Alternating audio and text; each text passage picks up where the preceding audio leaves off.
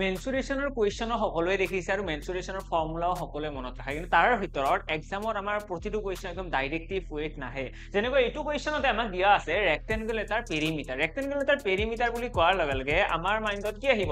আমাৰ মাইণ্ডত আহিব 2 whole into a plus b। তো এই ফৰ্মুলাটো হৈছে পেৰিমিটাৰ, আৰু ৰেক্টেংগুলাৰ পেৰিমিটাৰ ইয়াতে কিমান দিয়া আছে? আমাক দিয়া আছে 70। তাৰপিছত আমাক কি কৈছে? Length of the diagonal. Diagonal কি হয়?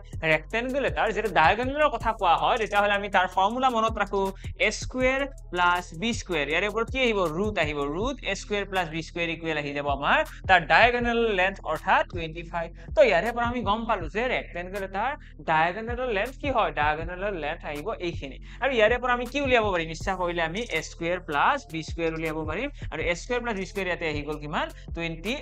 আমি স্কয়াৰ কৰিব লাগিব ন, তো 625 আহি গ'ল। এইটো স্কয়াৰ কৰিলে হ'ল, এইটো সাইডতো স্কয়াৰ, দেন এইটো সাইডতো স্কয়াৰ। তাৰপিছত দেখি আছো ইয়াতে কি আছিলে? a2 whole into a plus b equal 70, আৰু ইয়াৰে পৰা আমি উলিয়াব পাৰিম a প্লাছ b, অৰ্থাৎ a প্লাছ b আমাৰ আহি গ'ল 35। তো প্ৰথমতে আমি কি কৰিলো?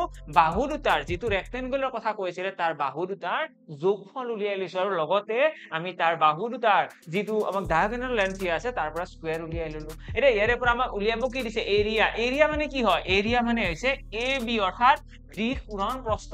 আৰু ab উলিওৱাৰ কাৰণে আমি কি কৰিব পাৰো? সিম্পলি এইটো বস্তু তোমালোকে স্কয়াৰ কৰি দিয়া। তো a plus b whole square নহব জানো? এইটো আমি ইয়াতে লিখিব পাৰিম a square plus b square plus twice ab is equal কি হ'ব? ইজ ইকুৱেল আমাৰ ইয়াতে 35 ৰ স্কয়াৰ। 35 ৰ স্কয়াৰ হলে কিমান হ'ব? 1225। এইটো কেনেকৈ আহিল? আমি সকলোৱে শৰ্ট ট্ৰিক গম পাওঁ, যেতিয়া এককৰ ঘৰত 5 থাকে তেতিয়াহলে 5ক স্কয়াৰ কৰিব লাগে, 5 5 গুণ 25। 3 ৰ পাছত আহে 4, অৰ্থাৎ 3 4 গুণ 12, তো 1225 আমাৰ এনসাৰ আহিল। আৰু ইয়াৰে পৰা আমি a স্কয়াৰ প্লাছ b স্কয়াৰৰ ভ্যালু অলৰেডি ইয়াতে দেখি পাই আছো, তো টুৱাইস ab ইজ ইকুৱেল আমাৰ আহিব 1225, বিয়োগ কিমান আহিব?